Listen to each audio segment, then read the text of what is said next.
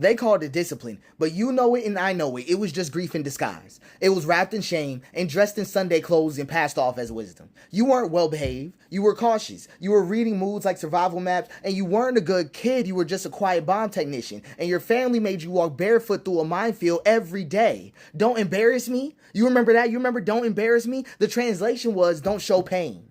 Don't ask twice. Don't need too loudly. Don't remind me of things I never got. Don't cry where anyone can hear you. Don't feel like I never learned to. That wasn't parenting. That was threat management. That was control therapy. That was generational grief with the belt in his hand and the Bible in his mouth. And you called that love. You called that love. See, but we both know that wasn't love. It was just fear with an origin story. Because the truth really is that if discipline made you strong, then why do you still flinch when every time somebody raises their voice? Why do you apologize before you speak? Why do you keep telling your kids to be grateful when you were never allowed to ask for more? See, that's not discipline. That's not discipline. That's the ghost of obedience. It is haunting your nervous system. It's stalking your halls. They made you fear softness. They taught you safety was found only in silence. That silence was safety for you. They call survival a character building process, but all it really did was hollow you out and hand you a script that you still can't stop reading from. So we can name that. We can mock all that right now because they didn't teach you discipline. They taught you how to smile through shrinking, how to mask hunger as humility and walk through your day. How to carry rage like it was your shadow and not even glance behind you, and how to vanish on command and call it maturity. So now you're staring at your own kid wondering why they don't just act right. And you feel that heat rising in your throat, and that same heat they gave you. Right? And you think, maybe I have to be hard on them. You see how it all comes back around? How it all comes back in? But no, you don't. Right? I just want you to get that. You don't have to continue this funeral of emotional honesty at all. You don't have to wear this crown of fear as wisdom. You can take that off. You don't have to wear grief anymore. Right? It's not a family tradition. Grief is not a family tradition.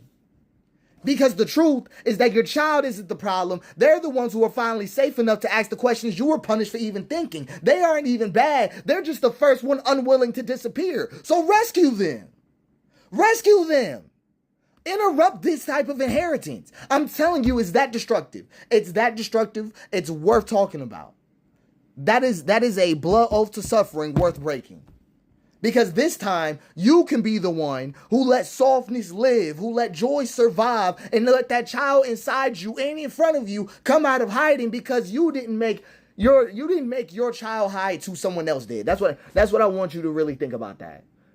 And for your child in the future, even if you don't have one, I just want you to consider that.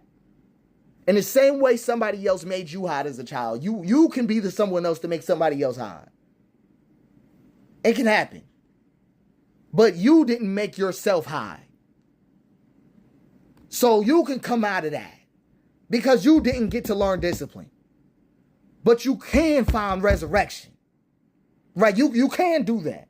Next time you hear that voice in your head saying you're being too soft, just know you're finally being human again. That's what it is. Right? So what they call discipline, we can call what it was. It was grief, control, silence, disappearance. I mean, we can find any adjective. We can name it, but then we can call your child back with the voice you never had. Soft, clear, and present. Right? Because this time, the cycle doesn't have to finish its sentence. It doesn't get to finish it this time. So we can move out of this state of disappearance. Right? I just want to open it up. And if it's something that still can't sit with you, especially about your harshness and discipline towards your child, right? Because if the belt made you strong, why does love still scare you? I just want that to be the sentence for you.